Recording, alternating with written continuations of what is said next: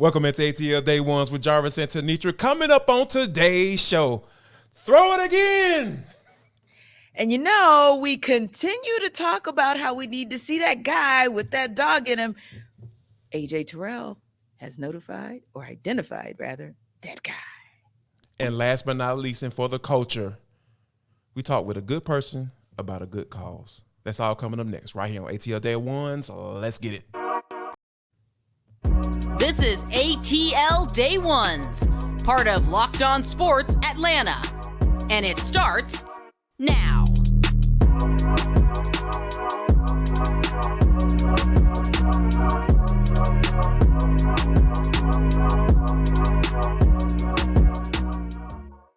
I want to start by saying thank you for making ATL Day Ones your first listen of the day. Remember, we are free and available wherever you download your podcast. And wherever you download your podcast, make sure that you leave us a 5-star review. Really appreciate that from you in advance. ATL Day One's part of the Locked On Podcast Network. Your team every day. Now, T, ever since Max Fried and Kyle Wright went on the 60-day DL, we've been trying to rack our brains as to who's going to fill in the role for those guys, or not even try to produce from that standpoint, just guys who can be able to get in and eat up innings. And I think that we found that guy. And I think Bryce Elder is that guy, because when you think about from the beginning of the season, he did not make the opening day roster. And once Max Fried went down, he was called up. And I think you can kind of label this guy as Mr. Consistency. And I think that one of the reasons why he hasn't been getting his flowers like he should have is because, like, he's not necessarily the guy that you're going to see the 98, 99 mile per hour fastball. He's not super young, 2 years removed from high school and being called up to the majors and everybody's buzzing about him. But he just goes in there and just gets it done, and it's going to be guaranteed almost to be 6 innings at least. Yes, and that's the piece that in all of it may be the most important part, because that's a part of consistency as well. Brian Snitker has said if he can just get 5, but really 6 innings out of his starters, that is gangster, because then your bullpen gets to do what it does and night in, night out, right? It doesn't have to feel like it's exhausted, like it's overused, like it's playing each individual member of the bullpen is playing out of position, right? So when you get someone like Bryce Elder, especially last night, because it's not always about this perfect outing, right? Where you go 6 innings of no run ball or 4-hit ball or 12 or 13 strikeouts. Like you said, he might not be that guy, but what he is a guy who, even when he gives up multi-run home runs, right? Mm-hmm. In an inning, he did it twice in the inning. Yeah. Only the second time that he's done that this season, right? He's only given up solo home runs like 4 times, right? So that's first time this season he's done that. That's amazing to then see that with just a little bit of a conversation with Rick Kranitz, he was able to settle himself down and then retire 10 straight batters. Those are the types of things you want to hear, because that's the kind of resilience. And yes, I'm going to say it, Jarvis, that's the kind of resilience that when you get into the postseason, the Braves are going to need that kind of guy in case he gets into a clusterfuffle, because we know what has happened the last couple of times out. Unfortunately, Michael Soroka being an example, where you get to, that 2-out point and you're like, you can shut it down and then you don't close it. To see that Bryce Elder is showing you what we've seen in, of course, Kyle Wright, Max Fried before they went down to IL, what we're still seeing in Spencer Strider, and low key when Charlie Morton gets the run support he needs. But when he's on. Exactly. When he's on and he gets what he needs out of the run support, which thank goodness Bryce Elder got that last night, then you can get what it is that you're seeing out of Bryce Elder. There is a reason that maybe after last night he's probably gone down a little bit, but there is a reason that he came into the game as the ERA leader. And that is because the other word I want to use for him, Jarvis, is not just consistency, but efficiency as well. Yeah, that's all you can ask for, especially in a time where you're kind of scrambling, trying to figure out some guys that you at least want to get that fourth guy in that rotation to say, we can at least almost count on him. You know what I mean? As long as we get the run support like they did last night, big time 6th inning, Marcell Ozuna getting the party started, and then him being driven in and the scoring a run as well to take the lead. So I think it was just some really good stuff going on. And also a little pettiness, T. Like, I don't know if you noticed, but Peter Alonso was out here talking a little junk. I want you to kind of see if you can decipher what this man was kind of trying to speak on a little bit. Play it again for the people, just in case they were wondering. For all the people in the back there who didn't hear it. You want Bryce Elder to throw it again? Because please understand, his slider kind of slipped on him. Okay, yeah, it did. Got 1-2 and he run mentioned home it such. Yeah, exactly. And maybe you get, and in the case of Pete Alonso, he actually went down to get that ball. Okay, fine, it happens. But what happened after that, Pete Alonso? What you saying now? Because when the South has something to say, like Bryce Elder has something to say, and the Braves bats have something to say, you just remember that you're the team that's in third place. You're the team that's now 6.5 games back in the NL East, not the Braves. And don't get me wrong, it could turn on a dime tonight. We know that. But I still believe that what the Braves showed last night, Jarvis, was that perfect storm of who they can be. Right. Our pitcher comes out smoking. He strikes out the side in the second inning, and then he gets himself into trouble, but he bails himself out. Our bats are quiet other than an Ozzie Albies solo home run, and then our bats wake up. Our defense has been shaky, leaky for weeks and weeks and weeks and weeks, just not last night. So just in case anyone was kind of wondering up in Queens who still owns this, it's still the Braves. Absolutely. We own you. That's why Chipper Jones' son is named Shay, because, hey, he has some good times and some good memories up in New York. So, yeah, we definitely want to continue that as the Braves continue with the series against the New York Mets. And, let's crush the Mets. Locked On Sports Atlanta predicted this doggone thing. Crush the Mets, or F the Mets, as Mr. John Chuckery would say. Right. You got to hear the song, people. Go to his Twitter sidebar. Please, at JFCH316. He is tripping about that video. Go see that video now. Absolutely. Now, T, also got some good news this week. The College Football Hall of Fame, they have announced the nominees, 78 to be exact. And guess what? There are 3 of them that are just my absolute favorite. And I got to name my guy first. Got to go with Mr. Michael Vick, Randy Moss, and Larry Fitzgerald are the 3 that really, really headline this class. And when you think about, I go back to that 2000 Sugar Bowl, T, when Michael Vick basically almost beat Florida State by his doggone self until they kind of flamed out in the fourth quarter. But, yeah, that was an absolute video game type of situation, and that's the game right there that got Falcons fans uber excited when they traded up with the San Diego Chargers to get the number 1 overall pick. Everybody was on board and knew exactly who they were going to get at that point. That's what I was going to say, Jarvis. And Jarvis, he didn't disappoint. I mean, He literally remained looking like a video game until he wasn't. And it really, like you said, it just all started. It started a wave because I feel like, you had waves of, right? And so you'll go back to like a James Shaq Harris, if you will. You'll go back to a Doug Williams. Then maybe that next level, you'll go back to what Randall Cunningham did and Warren Moon. But particularly Randall Cunningham. To me, Michael Vick was like next Randall. You know what I'm saying? Like he was that second coming and then just did it with so much flair and so much sass. And now we're looking at the fact that if your quarterback doesn't have overtones of two-way play, if he's not a dual threat, why are we talking? Why are we talking? That's because of Michael Vick. And we know that his arm strength, his accuracy and all may not have been what it needed to be in the beginning, but he improved. And I suspect, of course, if things wouldn't have happened as they did, he would have gotten better in that space as well. But I feel like he is the ultimate forerunner to the beautiful, fun, edgy way that we see the game played under center today.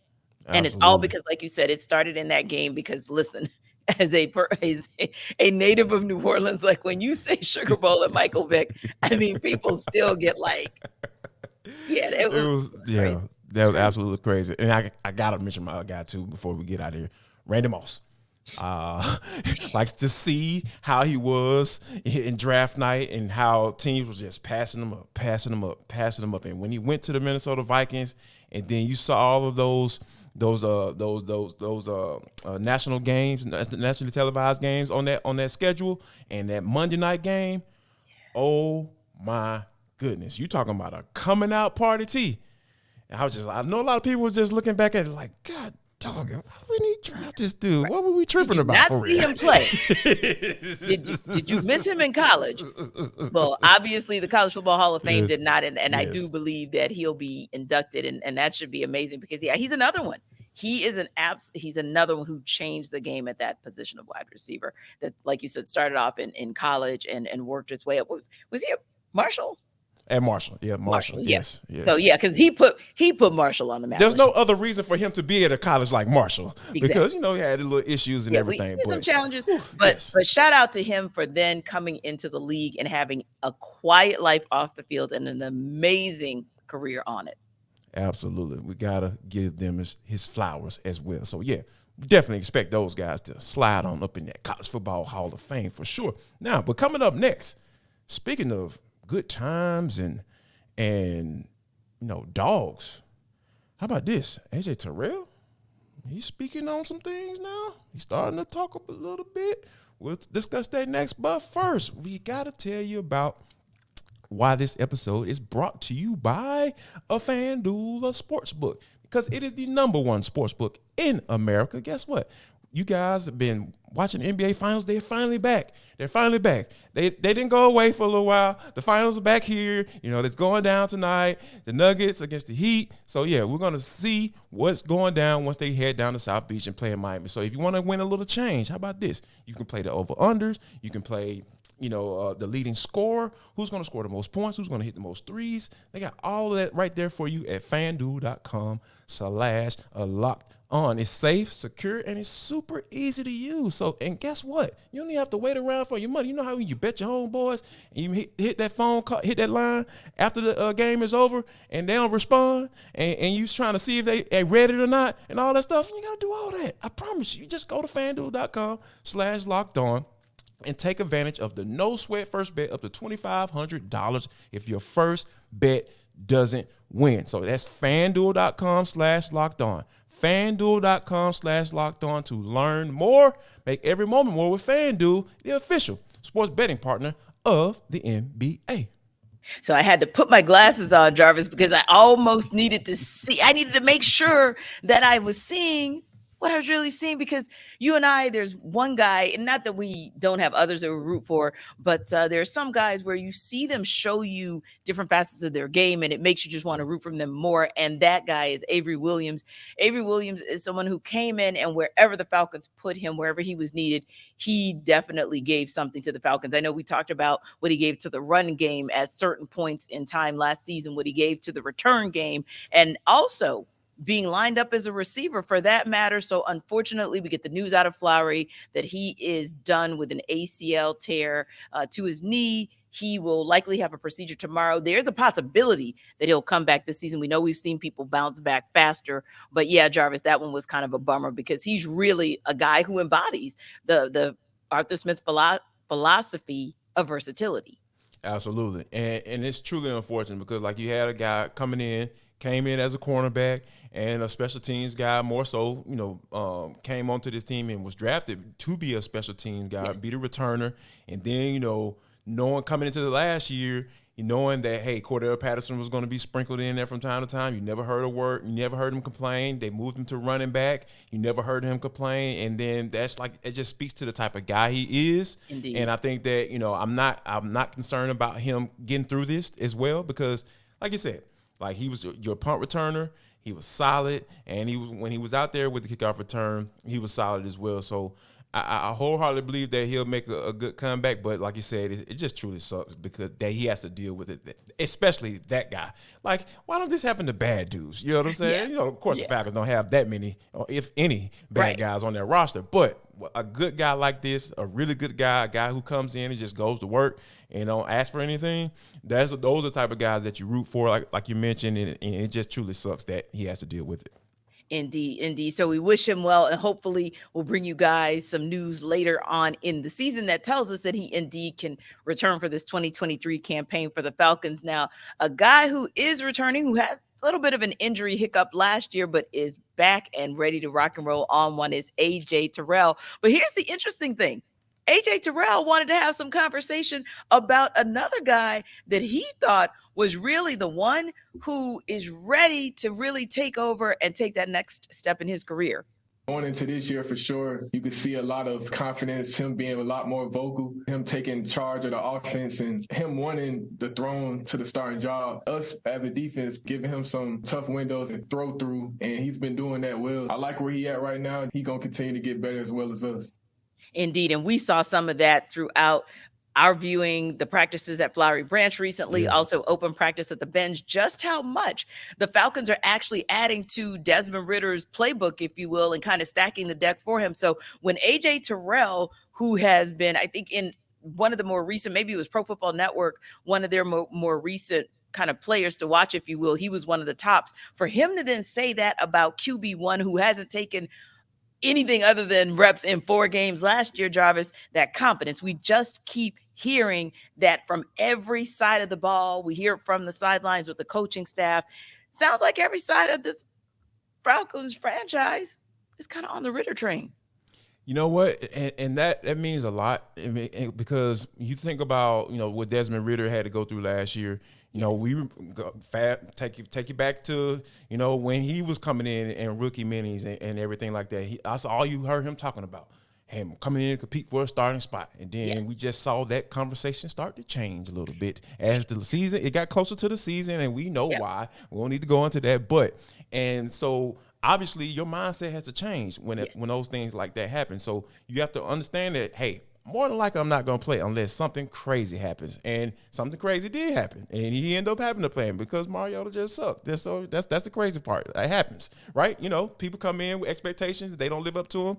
And in the NFL, you're going to get replaced. And that's what happened for Desmond Ridder. So, it's cool to see him trying to come into this season with a different mindset. And you could just see how he carries himself. He carries himself a little bit differently. Like being out there and watching him at practice, there was one situation where he was talking to, I think it was either Troy Anderson or Caden Ellis, and he was just like, yeah, y'all better get y'all stuff together today, before they start the drill. And it's like, in little things like that, those things matter, right? Because first of all, you have to be able to have some type of gumption to be able to talk trash to the opposing defense. And you have to have confidence to know that, hey, you got to be able to back it up as well. So, and then also you got to have respect of your teammate to be able to talk trash to you. So hearing AJ Terrell saying what he said, I'm not surprised at all, too.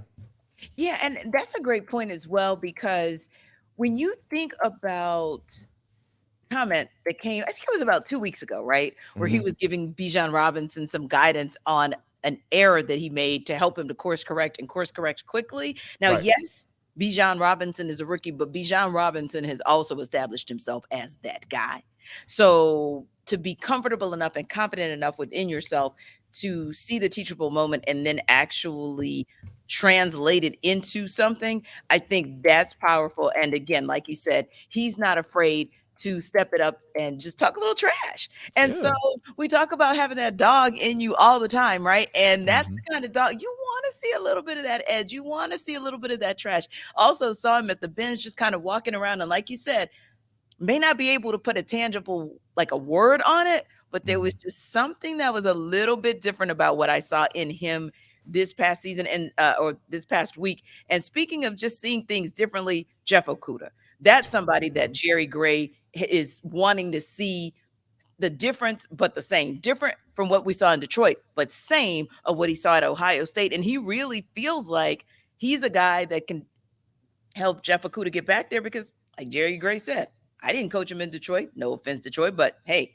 let me get my hands on him and let me see if we can help him get that Okudah mindset back. Can Gray do what he wants to do and help him get that mindset back? After I spoke with him, heck, I feel like he's already there. Yeah, like that. I love the confidence that this staff and this regime has, right? Because even though I haven't agreed with everything that they've done, the fact that they know and have the confidence within themselves through actions and words, that just makes my heart happy, because I love, like, you can't play football, meek and humble. Like that it just doesn't work. It doesn't work. Like you have to have confidence. You have to have a higher, I was having a conversation with Ollie Brunson, our lead producer for Locked On Content. He was talking to one of the guys and saying, hey, like, you have to be 120% of yourself, Like, you know, you can give you 100%, you know, just from an effort standpoint and all that stuff, but way you carry yourself, how you play the game, and what you bring to the table, you have to be more than what you are. You know what I mean? Yes. At least from a mindset standpoint. And that's what you got. That's what Jerry Gray is. Like, just based off of what you just said. Like, he's like, yeah, let me get my hands on him. Let me work with him. I know, because the talent is there. Like, anybody who's arguing that he's not talented is ridiculous. Because, like, the dude went, number 2 overall or number 3 overall in 2020, same draft as AJ Terrell. Yeah. Now, so there's something there. So all you got to do is be able to unlock that bad boy. If Jerry Gray is able to unlock Jeff Okudah, this defense is going to take a couple steps more than what we expected as far as the expectation going into the season. And pairing it up with this offense, who I know for a fact they're going to score some more points this year than they did last year. And this is going to be something that is brewing that might get real ugly for opposing offenses. Yeah, and again, we like Gray because Gray, he's been primarily a D-backs coach in the NFL. He's the assistant head coach on defense for the Falcons. And, of course, from his time with Arthur Smith, working together in D.C., working together in Tennessee. There's a lot there that they believe in one another and what their approach is going to be. But ultimately speaking, also Gray's experience in the league itself, I believe, is going to prove powerful for both of those guys. But what are your thoughts? What are your thoughts, guys, on this? Everydayers, let us know what you think about Desmond Ridder and whether or not he is really showing and ready to show that he's that guy. What do you think about the defense and how much of an impact it can be for what I like to call having Jerry Gray, the DB Whisperer, right there in Flowery Branch for those guys. Anyway, check us out on YouTube. As always, leave your comments and we will respond. And wherever you download your podcast, make sure you download ATL Day Ones too.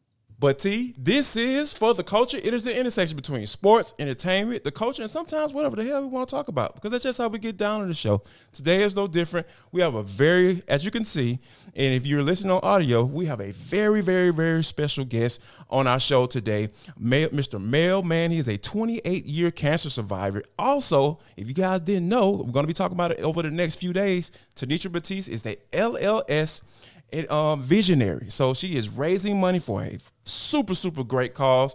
And I think that you guys need to definitely get some information. I'm going to put the information down in the description on this channel and on the audio feed as well. So make sure you guys check that out, because a lot of good information there, right, just for you. But Mel, first of all, I just want to say welcome to the show. Well, thank you very much. Thank you. Thank you. So happy for you to join us today. As Jarvis said, wrapping up the Leukemia and Lymphoma Society Visionary Campaign, which is about raising money and raising awareness to cancer, particularly blood cancers, leukemia, lymphoma, myeloma, and Hodgkin's disease. And of course, you, Mel, are a 28-year survivor, U.S. Army retired Major Mel Mann, that is. So, yes. Mel, tell us just briefly a little bit about your journey, how you got the diagnosis, how you found out about it, and kind of what you did when you decided, hey, I am going to fight this battle and I'm going to win. Okay, sure. So I was a major stationed up in Michigan in the Detroit area. And I was living with, my wife and my 5-year-old daughter. And I went to the doctor, and the doctor told me I had something called chronic myeloid leukemia. And the prognosis was 3 years to live. And of course, that was a shock, being that my daughter was 5 years old. So, and he said the only cure was bone marrow transplant. And that was 1995. And the year 1994, there were only 20 Blacks out of 2,000 who were able to find a matching donor if they could not find one within their family. And I was unable to find one within my family. So I had to start doing bone marrow drives, which I did a whole bunch. I did them at churches. I did them in malls, fraternities, all over the Army, flew around the different bases and did bone marrow drives. And, had thousands and thousands of people join, but I could not find one. And about a year after I was diagnosed, I had retired medically from the military and moved down here to Atlanta because my wife is from Phoenix City, Columbus, Georgia area. Yes. And I kept doing the drives. And my wife's aunt put on a drive in Columbus, and this gentleman came to the drive who did not look like me, and he was looking for me. And I was traveling down. He missed me, but he came back, and he said he had hairy cell leukemia, and he had traveled out to a medical center in Texas and tried experimental medicine. He recommended that I do the same thing. And, he commended the life-saving efforts of the marrow drives, but he also recommended that I travel out to Texas, and which I did. And that was actually the first time I heard of clinical trials. It was brought up to me, and traveled out there. The doctor put me on clinical trial after clinical trial, and they will work for a little bit. But by the 3-year mark, I was still pretty much in the same condition that, the same prognosis. So I asked the doctor if there were any more drugs, and he said, "Well, we got one drug. It's close, but they were having problems in the lab with the animals." He said, "If we ever get approval, I will to use it in humans. You'll be the first person to use it." And the nurse said, "We just told somebody else the same thing." He said, "Well, you'll be the second person." So that's what I ended up being. 6 months after that, he called me, and I went out there. I took the drug, it worked. And 10 months after that, I ran a 26.2 mile marathon in Alaska. Wow. My 5-year-old. Amazing. Yeah.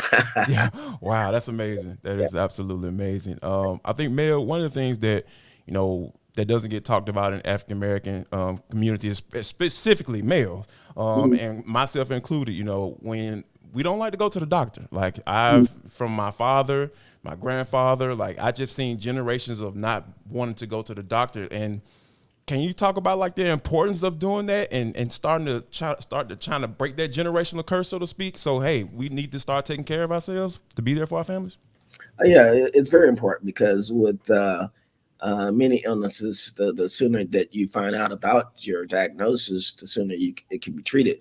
And if you wait, then instead of one drug, you may have to take 2 or 3 drugs. Right. And you may have something that you can monitor and you can jump on, but not wait until it gets out of hand, especially like cancer. 1 cell becomes 2, 2 becomes 4, it just proliferates. And then, you're like, time, like, These are the essence, yeah. Yeah, it's important in sports, but it's more important when you do it. Yes, no doubt.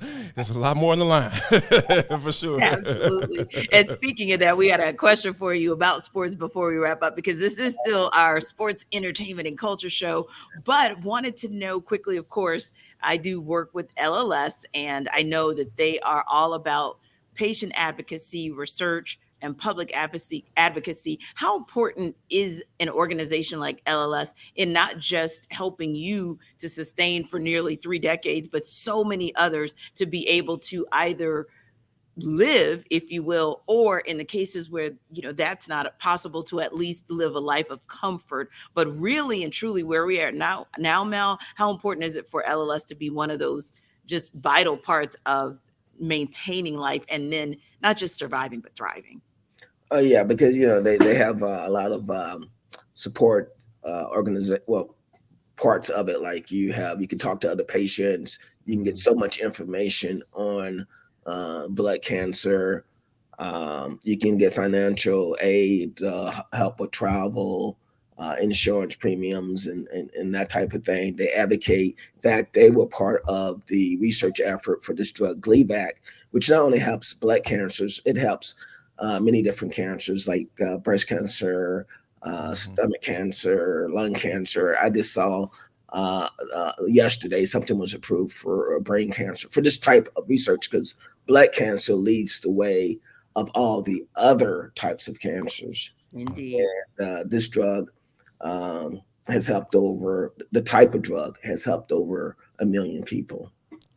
Yeah, it's unbelievable. And, I'll be doing some more work in that space because we do have a happy hour tonight at Vesper Atlanta. Yes. That's over on Garrett Street in Glenwood Park. For those of you who want to stop by from 6 to 8, you can come and shake a hand and we can talk a little sports, but also talk a little bit about LLS, get you to have more knowledge and understanding of exactly what is involved in the fight. And of course, we'll have an auction there. So we've got some really cool sports pieces that you want to check out. We'll post that as well on our Locked On Sports Atlanta site, Locked On Sports, our network overall for the country. And of course, Jarvis and I will be tweeting from our accounts as well, so that you don't have to worry. We'll get you that information. And like Jarvis said, he'll put it in the comment section for us as well. But yeah, Mel, we cannot thank you enough for stopping by and just putting a face and a name to this, and letting people know that you can not just survive, but you can actually thrive with early detection, with education, with support mechanisms like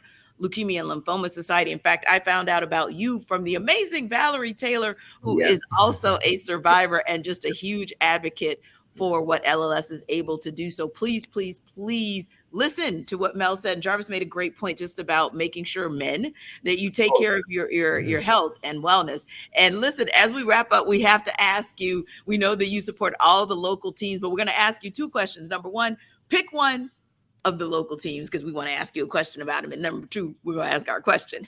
So which team do you want to talk about? Okay, let's go with the Braves. Yeah, we were hoping that we cover the Falcons, although Jarvis is a fan because he is a native of the Atlanta metro area. Yes. We cover the Hawks, we cover United, but the Braves is probably our passion point, because as a Louisiana native, didn't have a pro team growing up, so the Braves are my team, and Jarvis's first love is baseball. So as you know, they smoked their nemesis last night, comeback win 6-4 over the Mets. We love to see it. And what do you love about what the Braves are doing right now? And what do you think about the possibilities of them getting back to the World Series? Well, I love, I think they have a good chance. They've got the talent as far as what they've been doing all season, and they've been picking up. And I was able to go to a couple of games. I saw them when they play Baltimore, and they always come back, which is amazing too. Very amazing. Count them out, and they get stronger as the season goes on. So I'm excited. I'm really excited about it, and I'm not sure if you went to the game last night, but it's always good to leave the game when they win, Yes. Absolutely. Yeah, it's interesting because I have not been to a Braves game yet this season, because I will tell you that's the one thing, and don't let me forget. Jarvis will keep me honest about this, by the way, but we'll make sure that we get you over there, Mel, you and your family sometime this season. So no, I never keep my tickets. I always bless someone else with them. So you will definitely be blessed with some Braves tickets this upcoming season. And yeah, it's always exciting over there at Truist Park, because just like last night, and we'll talk about it. Of course, we'll continue to talk about it as this series goes on. You can never, ever count out the comeback kids. So Mel, appreciate your time so much on behalf of the ATL Day Ones family, our everydayers. Hey, listen, what do you guys think? We bring you the amazing guests who not only drop knowledge about the Braves, but also drop knowledge about how you can keep your health intact. So come back tomorrow, you guys. I'd love to tell you about how happy hour went. And of course, we want to talk about a win. Charlie Morton going up against Max Scherzer. Jarvis, we're looking for a dub. That's what we're going to talk about as well. That. And of course, we will download more on the Nuggets Heat game and anything else that is all things sports here in Atlanta. Don't forget, you check us out on YouTube. That's how you're seeing Mr. Mel Mann in his glory. And of course, wherever you download your podcast. So don't forget, Jarvis always tells you what to do. So tell the people what they need to do today. Make sure that you share love, show love, and most importantly, spread a little of that financial love. Hit that page in that description point right now. We'll see y'all tomorrow. Peace. Peace.